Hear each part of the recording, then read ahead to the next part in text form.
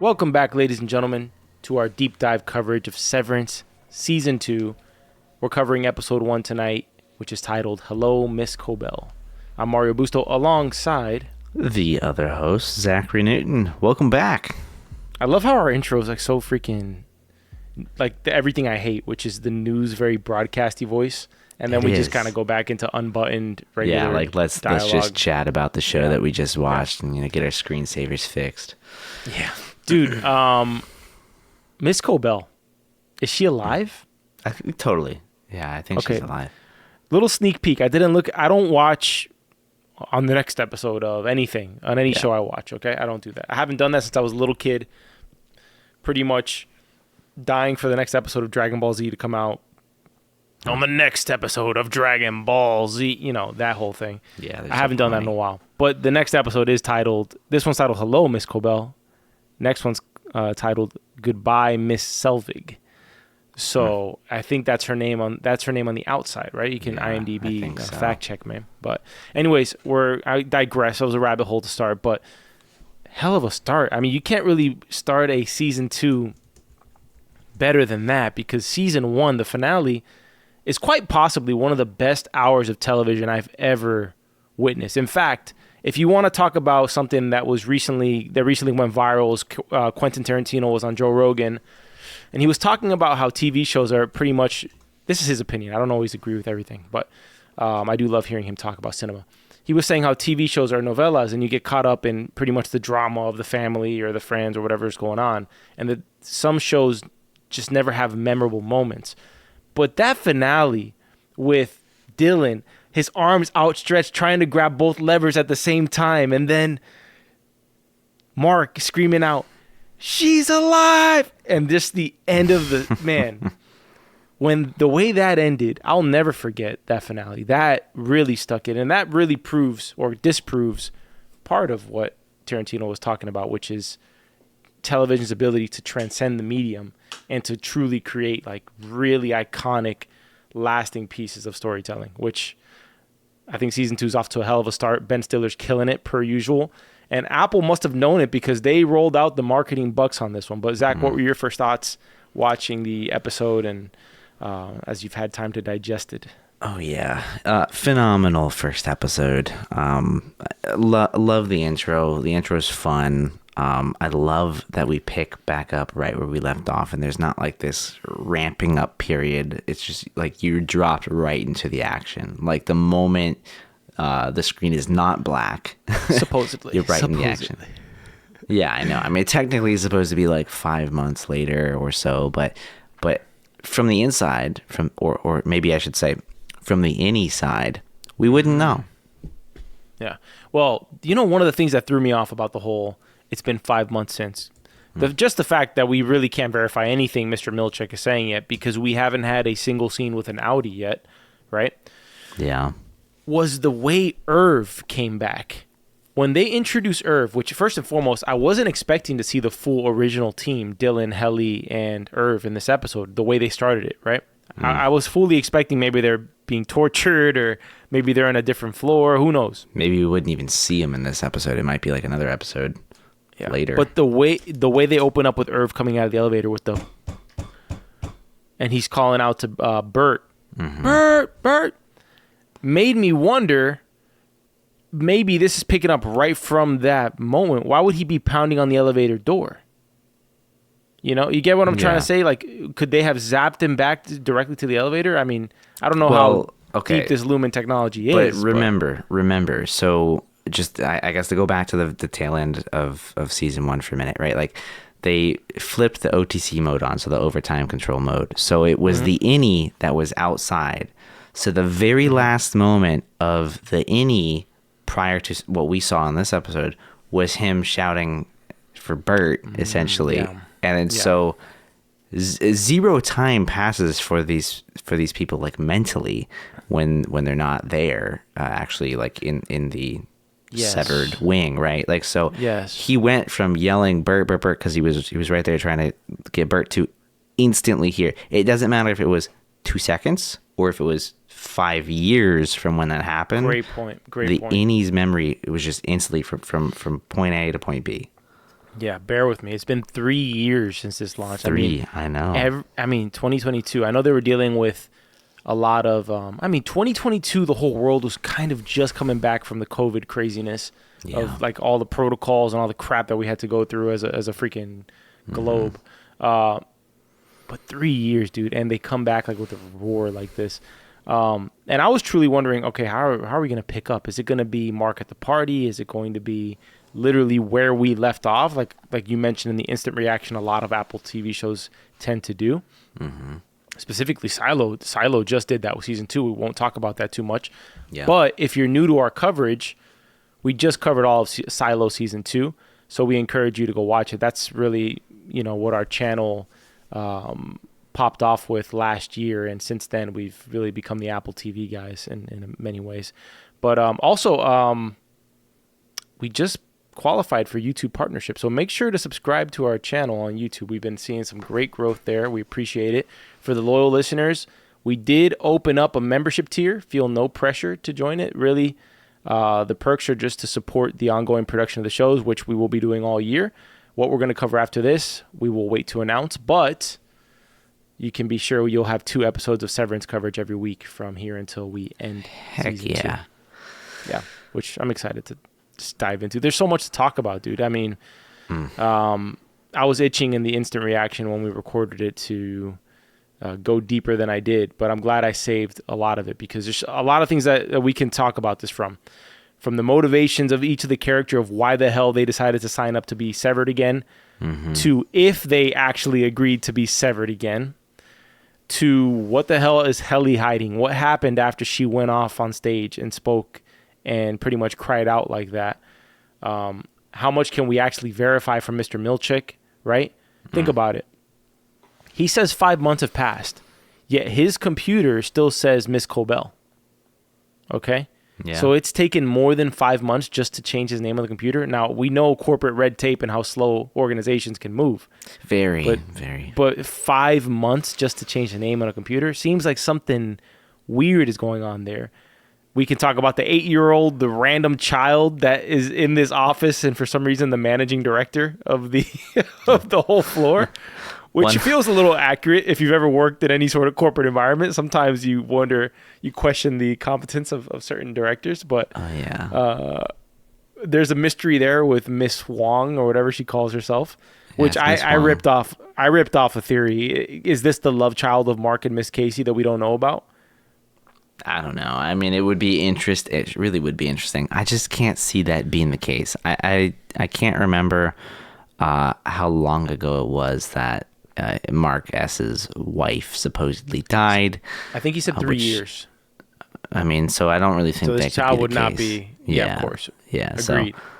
So no, unless it was no, because his Audi would know if his wife was pregnant from someone else. Well, maybe she hadn't told him yet. Maybe she didn't tell him. Maybe she. Still though, like even if she died 3 years ago, the kid's like at least 8 years old, 13 years old, or something like that. Well, there's just a whole mystery with the wife. I mean, she doesn't have an Audi anymore, right? No, she doesn't. It's a really weird thing with her where, I mean, she got sent to a testing or something like that at the end of at some point in season 1. We haven't seen her since. But she seemed to remember Mark as maybe her husband, or at least Cobell thought she was remembering her or remembering him. 100%. And remember, she does go down on the elevator, right? Mm-hmm. So we're technically in the basement already. So what's beneath the basement of Lumen Industries? That'll be the grand mystery, or one of the grand mysteries of season 2, I think. Do you buy this whole angle? Because what it seems like to me is that they are pinning everything bad that happened on Miss Cobell, which I think a lot of the fault does fall on her shoulders in some way. But do you buy this whole neurotic fixation that Milchak says she had with Mark? No, I don't buy that. I feel like the whole throuple thing that she was talking about. No, I really don't buy. I never thought she had anything, I didn't think Mark was like a love interest of hers or anything like that. Like I always thought that this was just, it was her role, man. It was what the company wanted them to do and keep a close eye on people like this. And she thought something was going on, and she has the unfortunate luxury of also being the boss, which means, you know, extreme ownership, extreme leadership here. Like it all falls on her shoulders. It's her fault. So it makes sense to me that they would. You sound like a Miss Cobell. You sound like a Miss Cobell defender. Defender. I think this is the role. Like she's not severed, right? Like just like Milchak is not severed. Mm-hmm. Like they're keeping an eye on the employees and the people inside and out. I mean, whether you're the Innie or the Audi, you're still an employee of Lumen, right? Like so they got to keep an eye on their assets. Yeah. What is the name of his brother-in-law again? Rickon what? Not Morty. No, it's definitely not Rick and Morty. It's Rick and Hale. Rick and Hale. I love the fact that he's kind of like this prophetic figure to them on the inside. He's like, you know Rick and Hale? Even though on the outside he's like this corny guy. This is fantastic. Man, there's so much to cover here. You think we get an answer about the baby goats this season? I sure hope so, man. I want an answer about the baby goats, and I want an answer about what the hell that masked dance thing was going on with the pancake surprise. Yes, yeah, that demonic ass satanic. Yeah, that was so weird. Yet again, another thing that kind of reminded me of a Squid Game. I mentioned that a little bit in the instant reaction, but like this whole mask thing at the end, like I was like, what is going on? I don't know how to interpret this. Yeah. Well, as I think I've said in plenty of podcasts before, I love Ben Stiller. I think he's kind of inspirational, going from acting to the writing to the directing, and I mean he's doing a hell of a job with Severance. And I believe Severance is not based on a book, correct? I do not know, but I do know 3 years ago I was very surprised that this was from Ben Stiller. Like I mean I know him from like. God, what Night at the Museum and Zoolander and all those other shows. Not something I would have expected, but it's solid. Well, we've talked a lot about what he's not the creator of the show. Actually, no, he is. He's the executive producer. But he's not the. He's been instrumental since the beginning of the show, but I don't believe he created it. At the very least.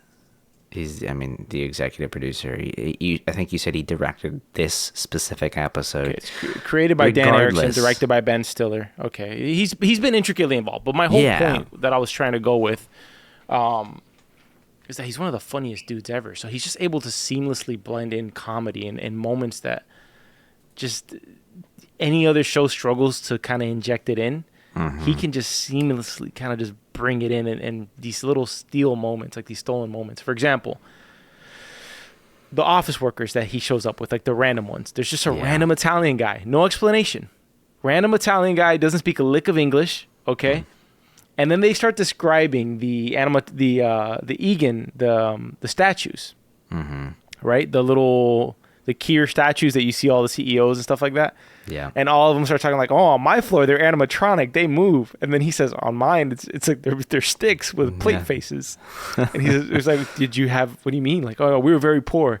He's like, did you have an elevator? It's like, no, we had like a rope. Like, what? So the most questions I had was about that guy.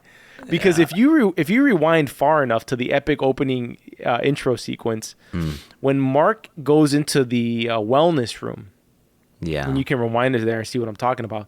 There's a man standing back there behind him. It's not It's not Milchak. No, it's another guy. So who is that guy? Is it the Italian? I couldn't quite catch a glimpse of him, but I'm pretty sure he was. I'm pretty sure it wasn't Milchak. That's for sure. Yeah, I'm pretty sure it wasn't Milchak either. Definitely doesn't seem like Milchak. I mean, the guy, it's so hard to tell. It's at like 6 minutes and 7 seconds into the episode. He definitely looks white to me. But looks like it's a white guy for sure. A little too big to be. He looks. Yeah, you're right. He does look too big to be the Italian guy. Yeah, but, and like remember, there's all these other like security guards running around from season 1 that we've seen a bunch of times. Like, how many times Heli tried to escape with a note in the elevator. Like, it's not just Milchak in here. I know we're not like the recap type of podcast, you know. But what did you think about the fact that Mark wasn't going home? He was not actually going back to his Audi. What do you mean? Whenever he'd go in the elevator, they would only show him coming back in. So the way they filmed it, to me, sort of showed that there was no separation anymore. This is an endless shift that he's going through right now. Well, but so that is exactly what the life of an Innie is, though. Like, I don't think Yes. that is the epitome of why everyone thinks this is just abuse, because it's, I mean, like, look, I love my job, but if all I ever did was, like, wake up and then, like, leave my room and then, like, appear walking back in, and that's all I could ever do for the rest of I'd be hell, too. I mean, I get it, and I like but what I do. My question to you is not that, though. My question is, are they in some sort of punishment protocol where they are not going back out? Because we as the audience are not seeing that in this episode. So is that existing on the outside? What is your thought? Because we don't know what's going to happen in episode 2, but what are your thoughts there? My thought is it's just the same as it's always been, right? Like, he's leaving, and the moment he leaves, like, there's this whole other, like, 16-hour period with his Audi that we're just not seeing right now, because that's not what's integral to the Innie. Because, like, we're focused on this character right now. We're focused on Mark S, the Innie, not Mark S, the Audi. So I don't think there's, like, a punishment protocol. I think this is just a way to keep us grounded in this. And you know, seeing it shot like this helps. I mean, it makes it feel like it's Groundhog Day. It's just this monotony, this just continuous thing. It's their life. Great movie, by the way. Great movie. You know, I had the flu once, a really bad cold, and I just kept rewatching the movie Groundhog Day because it kept on popping up on AMC back in the day when you would actually watch cable for movies. Mm-hmm. And I just kept watching Groundhog Day over and over pretty much until I was back to health. Maybe I'll do that. I've been sick twice this year already, and it's January 17th. Twice in 25? Good Lord. Well, I mean, I got sick right at the end of the year and at the beginning, but, you know, we're good now. Okay. Good. So I think that you're onto something there. They might be just filming these episodes and telling these stories like that, where we're going to have that Innie Audi situation. But you brought up a good point about the whole that you do believe that the Audi is still out there and still living a life right now, that they're not pretty much confined to only working inside Lumen. Yeah. Which brought up a thought I had while watching this episode, which is this was a very public outcry about the stuff going on inside, right? Mm-hmm. And if any information got out, we know for a fact that Mark was able to scream it out at a party that she's alive. So we know for a fact that some sense of something's not right on the inside is out there now. And Lumen, as a publicly traded company, more than likely, right? One of the biggest companies in the world, I would assume. They can't just go and act reckless either. So I do think that there's got to be some truth to the things that are going on here, like the reforms that they did. I think there's going to be a huge sort of like political game to defend the act of severance, right? In some sense, but we'll see. Let's talk a little bit about where we pick up some of the motivations here, because you did say that you do believe that they're not under a punishment protocol, but then why was Mark's team not his original team when he went? Why did they wait so strategically to bring them in later? And what was up with when he arrives to that floor after he runs into Milchak's office, grabs the speaker to try to get a message to the board? He puts him on the elevator, rips the thing off his neck and puts him on an elevator, sends him to a floor that has a painting on the wall of, it looks like Kier, in front of 4 decapitated heads. And some of the heads kind of reminded me of Irv and Dylan and Mark. The 4th didn't really remind me of Heli too much, but I didn't get a really close look at the portrait either. So I'm wondering, what is the significance of this particular floor? But because it's technically the same floor. Because if you go to Dylan's cubicle, he has the same carving that the Italian guy had on his desk, sitting on his desk still. Yeah. There's a lot of stuff that happened in these damn 4 cubicles in this episode. Yeah, that was a very loaded question. I'm trying to remember what the start of that was. The start of it was why. What was the motivation to have Mark start with this new team and then wait half the episode in this world to bring in the other three back in? Like, what is going on there? What is the real story? Because I don't think it's as simple as they just wanted to start Mark fresh with a new team. I really don't know. I really don't. Maybe it was just maybe it's as simple as he was the manager, like he was the I guess had the highest level in there, so they brought him back first.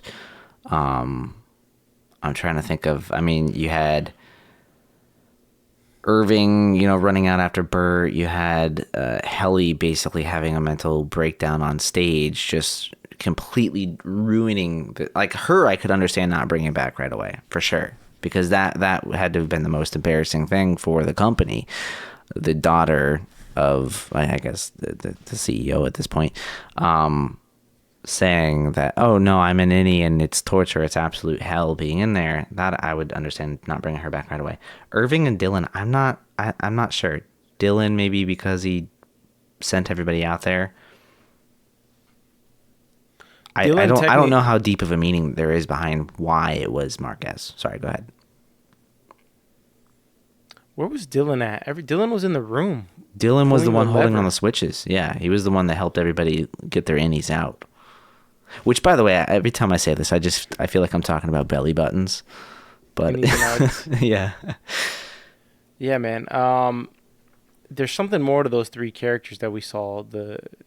We didn't even catch the name of the Italian and the girl, I don't believe, did we? I will. Why do I keep closing IMDb? I keep closing IMDb when I need that open to see the names of the. I didn't catch them. No, I mean, we know like some of the actors, but I don't see anyone's name on there. So I think purposely, remember the ball game that they do with Miss Huang, where they're all like doing the icebreaker of who they are and blah blah blah.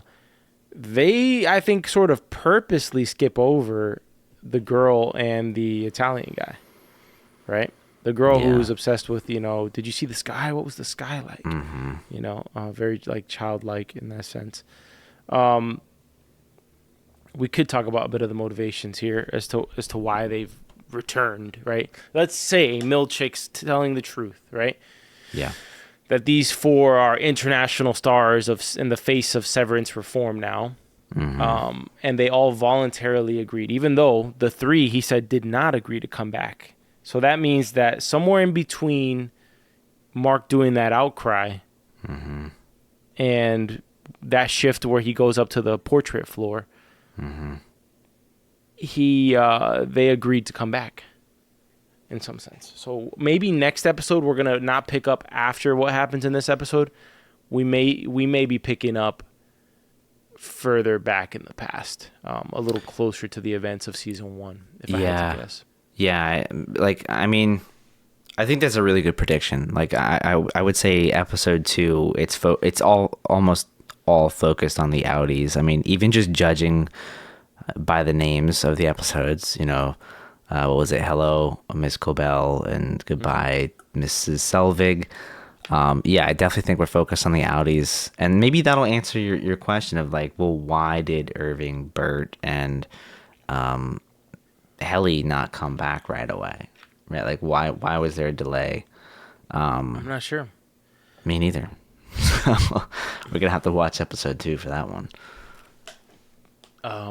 We know Mark's motivation is with his wife, and we'll talk about that in a second here. His motivation is to save her from wherever she is and get down to the mystery of that. Irv's motivation might be to see what happened to Bert's Innie. Maybe. Not Bert, Irv. I said Irv, right? I think so. All right. Irv's motivation is to see what maybe happened to Bert. I'm not sure. Dylan is still the most mysterious as to the why. Why did he decide to get severed? What was his reason for it? I started to kind of like coming up with theories while I was watching the episode, but I have a feeling maybe it was something family related, that he needed more money, or who knows. Yeah. I have no idea. But Irv was trying to investigate. Heli seems to be like a reformer, like she wanted to destroy it from the inside type of thing. And Mark was just depression. You know, he hated his life of having to deal with the loss of his wife, and he figured this was at least a break from that. Which is such a funny thing to me, because technically Mark's Audi, the one suffering from the loss of his wife, really doesn't get any break. Like, there's no break. It's just as much an endless loop as it is for the Innie, just constantly being at work. So you're just constantly living in a state of misery because your wife's dead.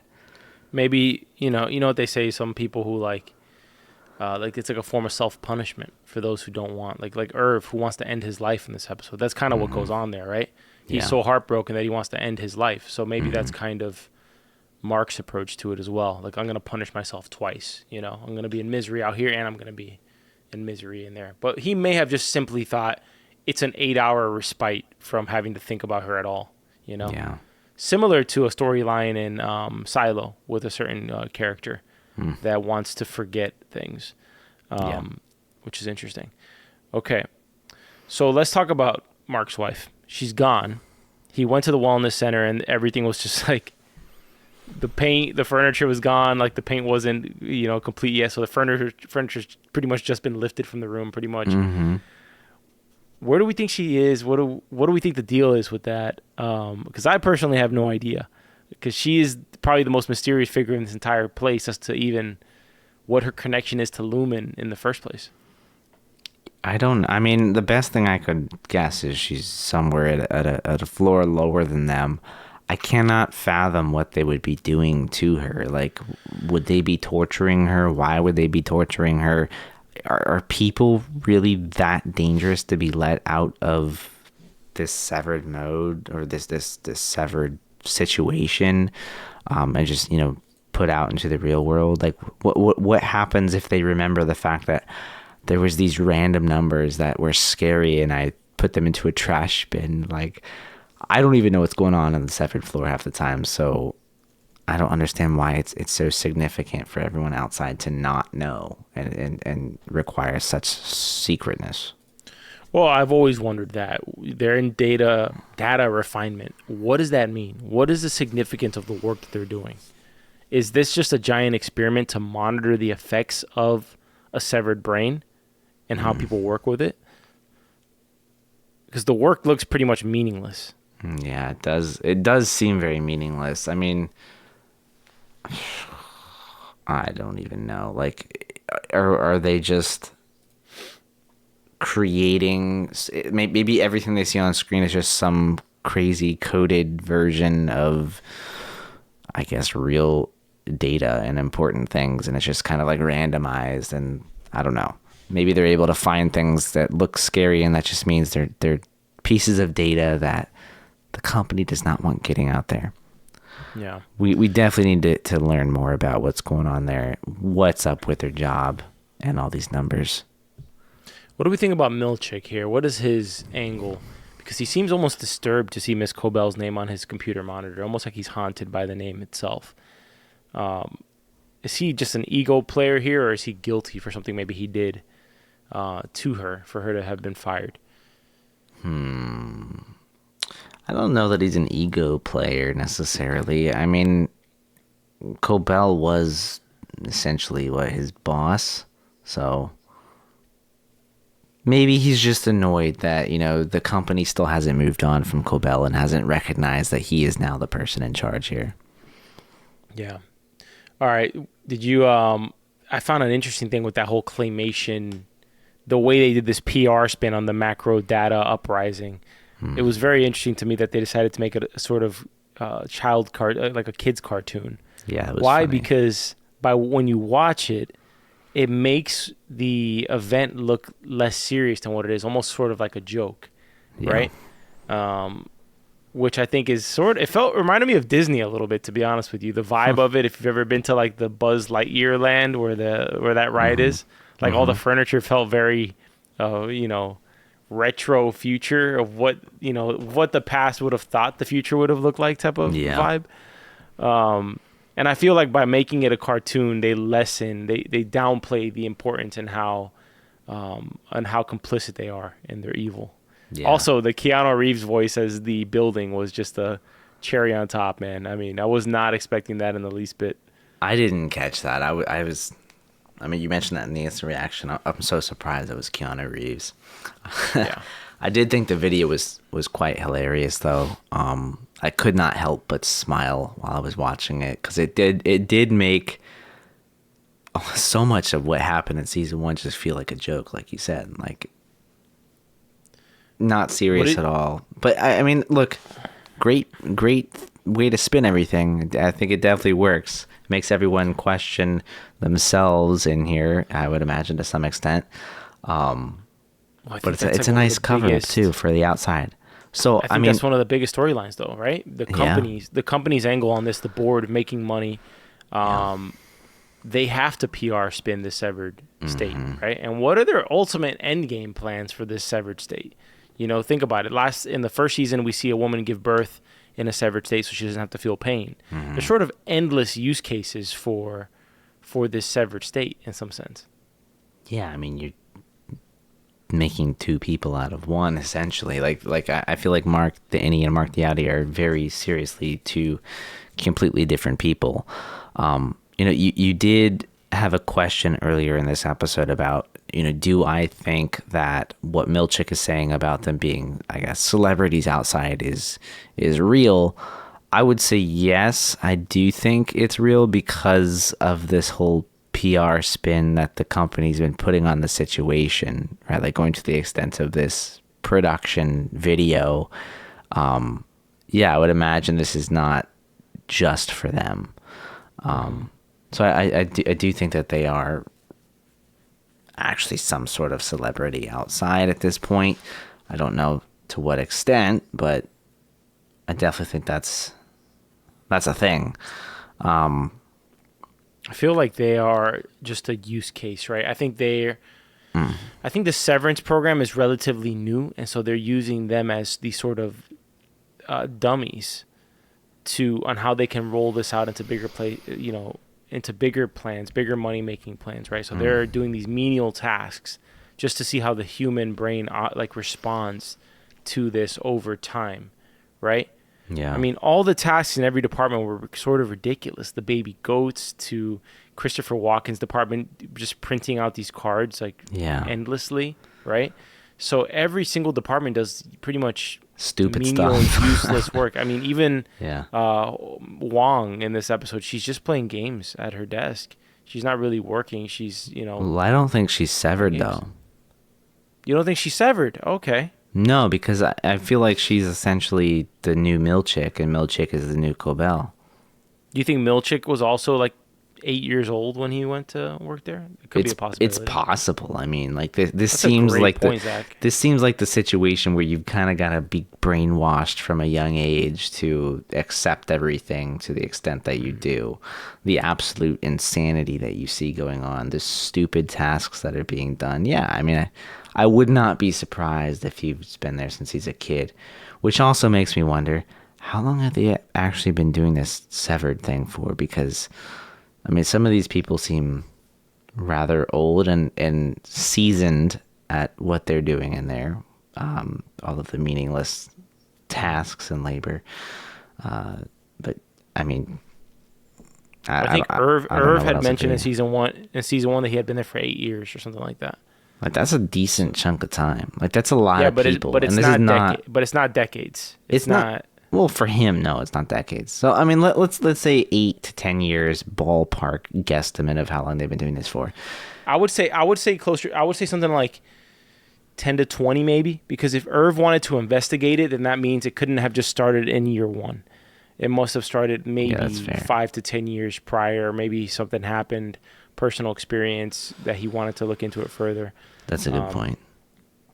So, also Lumen has had now the chance. In this episode, you see that there's like 200 plus offices around the world with Severance. A lot. I wonder if that leads us to spin-off series for Severance. I wonder if Apple would try to do that, but it definitely opens the door to it because you'd have similar stories that you could do similar to other very popular series that, like Walking Dead, for example. I'm not a big fan after season 2. It just went downhill for me, even though they just premiered a new season on Netflix, I believe, and Rick Grimes is back. Really? So I'm gonna Interesting. I'm gonna tune into that. I haven't watched like the last 7 Dude, seasons. I haven't watched it since like season 6. They're on like what, 13 now or something crazy like that. I'm gonna see if I can find a YouTube recap to just give me like in 10 minutes everything I missed, because I have zero interest to go look at all of it. But I always did love the Andrew Lincoln, Rick Grimes character. So okay, let's talk Heli a little bit before we start to wind down this episode. Let's talk Heli. Let's talk Dylan. I can totally understand Dylan hiding this whole conjugal visit situation, because his only knowledge of the outside world is he met his son, right? Yes. He met his kid. He never saw his wife's face though. No. So he wants to see who his wife is naturally, right? And now, especially in this scenario where you see, Mark and Heli have a little thing going on, which we're going to talk about that, because she really downplays his marriage on the outside. So I don't know what her play is there, or whether it's just because simple jealousy or because of something else. But I think it's natural for Dylan to want to see, like, okay, who's the woman that I had this kid with, I mean, especially after Milchak tells him her name. Yeah. Definitely spiking that interest. I think Milchak is going to... I think he might see Dylan as the weak link in some sense, to be able to use that against him, right? Because Milchak is not opposed to doing, inhumane stuff. I mean, he says to Mark in the episode, he says, I locked you in a room like an animal, and I'll never let myself live that down. So there's just like kind of weird dichotomy with Milchak that we don't really know. He's like a psycho, but also like complex at the same time. He's a complex psycho. I think that would be the way to put it. Yeah, I mean, it was such a odd line to hear him say, like, I locked you in a room like an animal. That was surprising. But, I think Cobell and Milchak, like, I don't think they have good morals. Like, I don't think you can, in their role, kind of like, I mean, they really are kind of like a jail keeper in a sense, but 100%. It's more sinister than that. Like, these people know nothing of the other them at all. Like, it does seem like torture. I think I would definitely be in the camp of like, look, the Severance thing, very interesting, not good. Probably not good. And these people are not a good advocate for a company doing it. I mean, this makes severance or severing, whatever you would call that, not look like a good tactic to have good employees. The amount of uprisings going on and infighting that's happening amongst all of these little groups of pods. I don't think it's working out. I don't think it's helping their bottom line too much. Well, I guess we'll find out as the season goes on. The episode ends with the whole gang is back together. I'm glad Irv decided to stick around for Dylan, really, I think, in some sense. And you get that classic, almost Western type feel, like the whole gang coming over the horizon to... The boys are back in town. Exactly, to fight the enemy together. Which, by the way, was it ever possible to make a blank office like this look so cinematic? Look at the lighting. Like, just the whole scene... how could you make such an ugly room actually look nice and pleasing to the eye of the film? It's very interesting. It does look very... I don't think I'd mind working in there. Like there's just something so satisfying about how well organized these few pieces of furniture are, and how much just, I guess, negative space there is in the room. Like, you can get up and stretch your legs and walk around and do whatever you want. I would go crazy working there. There's no doubt about it. Especially if the moment you left, you walked right back in the front door. Exactly. No windows, man. All right, let's wrap up this episode. And another reminder, if you've enjoyed this episode so far and you have not subscribed to our channel, do so. Join us for the whole season 2 ride, and also catch our Silo coverage if you missed that, as well as the other shows we'll cover towards the end of the year. And if you're so inclined to want to support the channel further, we have a, I think, $2.99 membership option for you if you want to be a loyal archival access. I don't even know what the hell I named the membership group, but we appreciate it deeply. We enjoy doing this, and we'd love to produce more for y'all. So, okay. Let's go to categories, Zach. Let's do categories. Let's do favorite character of the episode first. Oof, this is tough. I really do love Dylan, I gotta say. Really? I've just always been Dylan is my personal favorite on the show. But honestly, it feels like a tie between several characters, but let's just put Dylan. That's my number one. I'm more of a Mark guy, so I'm gonna stick with Mark on this one. Yeah. I generally like his storyline, and I think I'm the most interested by it as well. Like trying to see what he uncovers on the outside, what he uncovers on the inside. I like him. Any lines? Oh, sorry. Go ahead. The storyline with his wife, I think, is and Irv's hallway are to me the most mysterious of all of them. You know, I think those are definitely the two mysterious ones. Go ahead. Fair. Any lines that stood out to you in this episode? Yeah, it's when Mark is filling everybody in on what happened. Like, did it work? What we did? And he says, "Yeah, we're like international stars now." And Dylan goes, "All of us equally, or like one of us is like the star?" I thought that was such a good line.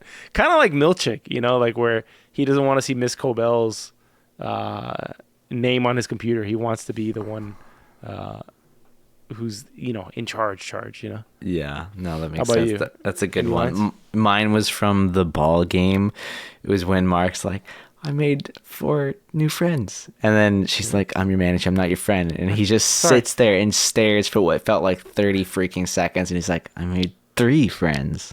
Like, okay. He's borderline like he's lost it at this point. Like he has his composure's not there. He drops the balloons early in the episode. His patience is at an all-time low. And then he writes that note that we didn't talk about on Mark W's jacket, which is like, come back with a bomb and blow up Milchak. Yeah, seriously. Crazy. How about favorite scene of the episode? That's tough. This one's easy for me. You want me to go first? You can go first. Mine, hands down, because I think it's the most memorable part of the episode. It's all 4 of them sitting in the room watching the film. Yeah, I thought that was the first one that came to mind. I think there's some honorable mentions for sure. The opener of him running down the hallways, I thought was fantastic. Just from a cinematography standpoint. I thought there was the heartfelt scene between Dylan and Irv. I thought that was a really special scene. I thought that was really heartfelt. And that kind of showed, like, it grounds Irv again. Like, hey, you know, Dylan's trying to pull him out of a hole. Like, hey, you're like my closest friend here. Like, you cannot leave me.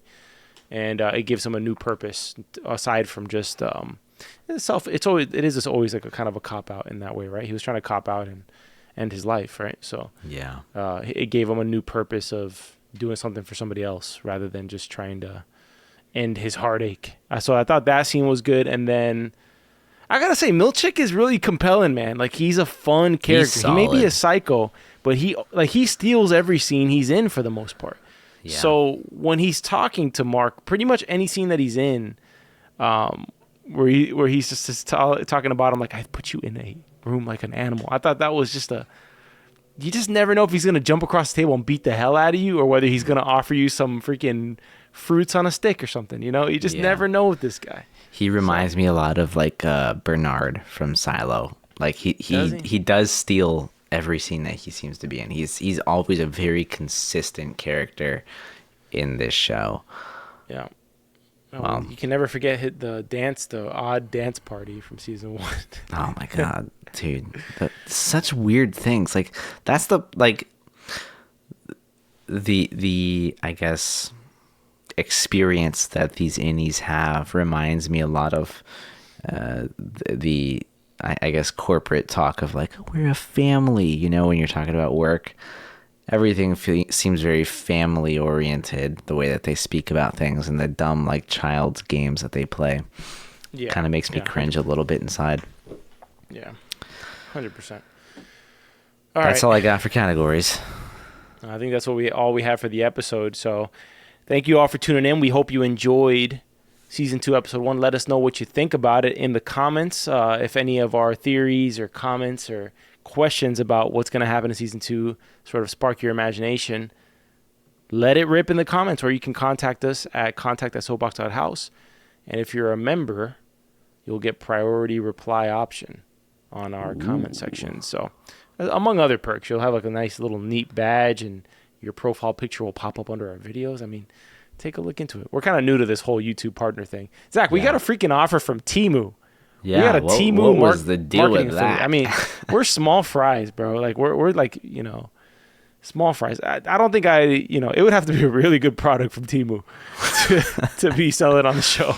I don't think I've bought anything from Temu. So, but I'm not going to crap on them. I mean, they invited us to be affiliates. So, thank you for whatever that's worth. Yeah, we appreciate it. Well, anyways, like Mario said, thanks so much for listening to this episode of Severance by Story Archives. You can find this podcast anywhere you find podcasts, Apple and Spotify primarily. You can visit us on YouTube at Soapbox Podcast Network. You can visit our website at Soapbox The House. Email us at contact@soapbox.house. And if you do want to catch up with some of our little snippets and clips from these longer episodes on social media, you could find links to our profiles on our website.